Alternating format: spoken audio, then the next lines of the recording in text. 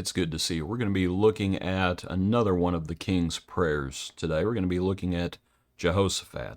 Our hymn today is called Father, Hear the Prayer We Offer.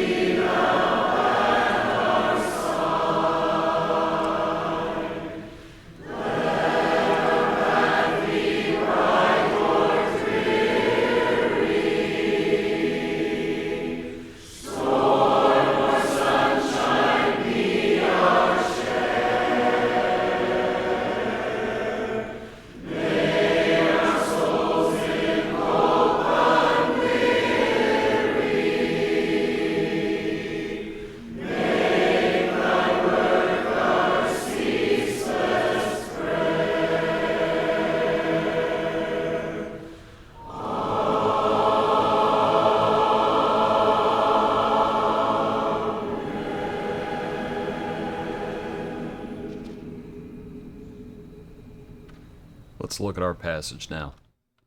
In 2 Chronicles chapter 20 is where we read about Jehoshaphat. He's actually in the previous chapters as well, I believe, starting in chapter 17. But as we read, it says, "It happened after this that the people of Moab with the people of Ammon and others with them, besides the Ammonites, came to battle against Jehoshaphat. Then some came and told him, saying, A great multitude is coming against you from beyond the sea, from Syria. Jehoshaphat feared and set himself to seek the Lord, and proclaimed a fast throughout all Judah. So Judah gathered together to ask help from the Lord, and from all the cities of Judah they came to seek the Lord. Then Jehoshaphat stood in the assembly of Judah in Jerusalem, in the house of the Lord, before the new court, and said, O Lord God of our fathers, are you not God in heaven, and do you not rule over the kingdoms of the nations? And in your hand is there not power and might, so that no one is able to withstand you? Are you not our God, who drove out the inhabitants of this land before your people Israel, and gave it to the descendants of Abraham, your friend, forever? And they dwell in it, and have built you a sanctuary in it for your name, saying, If disaster comes upon us, sword, judgment, pestilence, or famine, we will stand before this temple and in your presence, for your name is in this temple, and cry out to you in our affliction, and you will hear and save. And now here are the people of Ammon, Moab, and Mount Seir, whom you would not let Israel invade when they came out of the land of Egypt, but they turned from them and did not destroy them. Here they are, rewarding us by coming to throw us out of your possession, which you have given us to inherit. O our God, will you not judge them? For we have no power against this great multitude that is coming against us, nor do we know what to do, but our eyes are upon you. Now all Judah, with their little ones, and their wives, and their children, stood before the Lord." Lovely picture. There they are all together. And so you have another brief prayer. Some of the things I wanted to point out there from verse 6. O Lord God of our fathers, are you not God in heaven? Do you not rule over all the kingdoms of the nations? God rules in the kingdoms of men. Sometimes we've we forget that. It's easy to forget it. I think especially in these, and it's always been this way. You can't say for the past 100 years nationalism, and it's frankly ever since there's been nations, there has been nationalism. And as long as there has been nationalism, as long as there have been nations, it's real easy to say, oh well, our nation is the favorite nation of God. Our nation is the godly nation. All the other nations, it's easy to forget that God rules in the kingdoms of men. Real easy to get, have blinders on, get tunnel vision. And here Jehoshaphat is, and he's praying. And of course, the issue is the other nations have come up against them, those 3 or 4. It's sad, isn't it? He references in his prayer, see, when Israel came out of Egypt, God does not let them go into certain places. He says, because I gave that to Esau, gave that to Ammon, gave that, talking about the descendants of Lot. And so he didn't let them go there. And now Jehoshaphat says, and this is how they're rewarding us.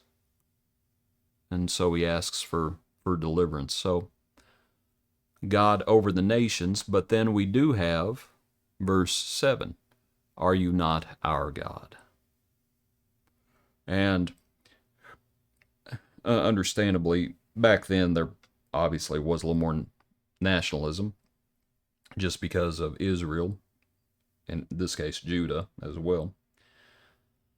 But at the same time, the nation is comprised of people. And of course, the people of the other nations were idolatrous. And there were a lot of people, the people in Israel were idolatrous. We're looking at Judah, and there were people in Judah that weren't doing what they should have done either. But regardless, we have to make the Lord our own. We have to make the Lord our own. And it can't just be halfway. That was Israel's problem at the end of Joshua's life. When Joshua says, choose for yourselves this day whom you'll serve. As for me and my house, we will serve the Lord. And all the people said, oh, we're going to serve God. And Joshua said, you need to put the idols away then. You can't do both. You can't serve God and mammon. Can't serve God and idols. Can't do it. You need to make him your own. And so, are you not our God?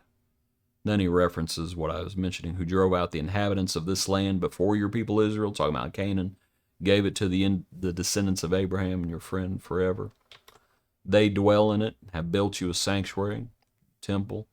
They've said if disaster comes upon us, we will stand before this temple and will cry out to you in our affliction, and you will hear and you will save. You see some real confidence there, don't you? He doesn't say perhaps, he says, we will cry out, and you will hear us, and you will save. And they relied upon the Lord. That's what they did, and that's what we have to do. We must rely upon the Lord. He is the only one who can deliver us. He's the only one who can deliver us, and you know who the ultimate enemy is. You know who the last enemy is. The last enemy is death. The Lord is the only one who can deliver us from and through death, and thinking about the resurrection. And so we rely upon him. Back to our hymn to close out. Father, hear the prayer we offer. Not for ease that prayer shall be, but for strength we may ever live our lives courageously. We rely upon him. Hope you have a good day. Appreciate you. Join us tomorrow for another portion of our daily praise.